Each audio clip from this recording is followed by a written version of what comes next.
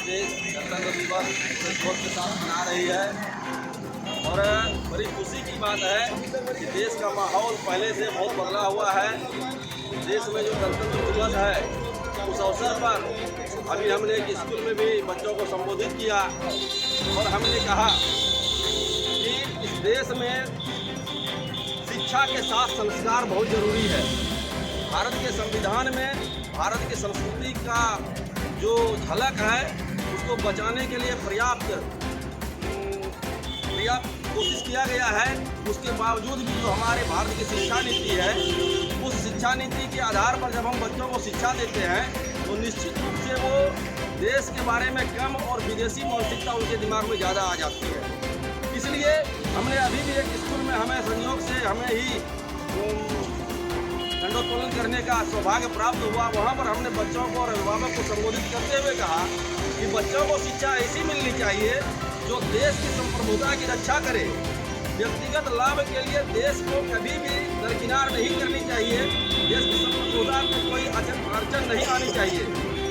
देश में शिक्षा ऐसी मिलनी चाहिए जो देश के बच्चे कभी भी अपने माँ बाप को बुढ़ापा में कचरा ना समझे।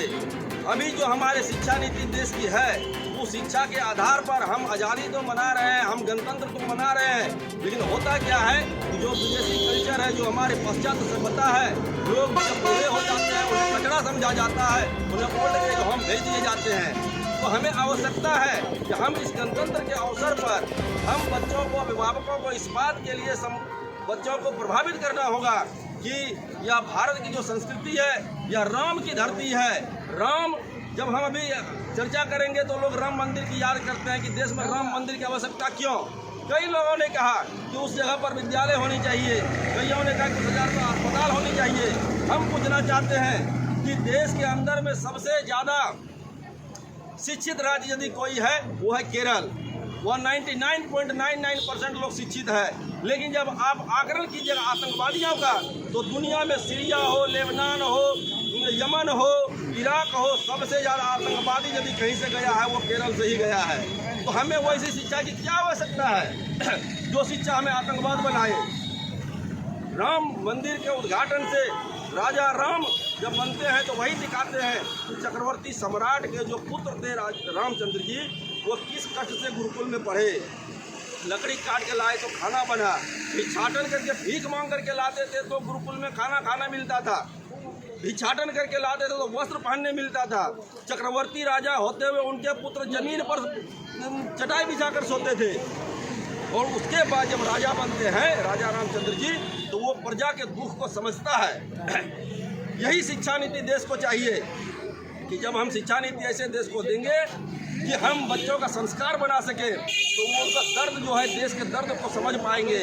आज देश में राजा जो बन जाते हैं वो दर्द नहीं समझते और इसीलिए शिक्षा के साथ धार्मिक ज्ञान की भी आवश्यकता है। ऐसे धार्मिक ज्ञान जिन पर राम और कृष्ण जी मार्ग पर चलकर इस देश को स्वर्ण सोने का चिड़िया बनाया था, ऐसा संस्कार पैदा करना।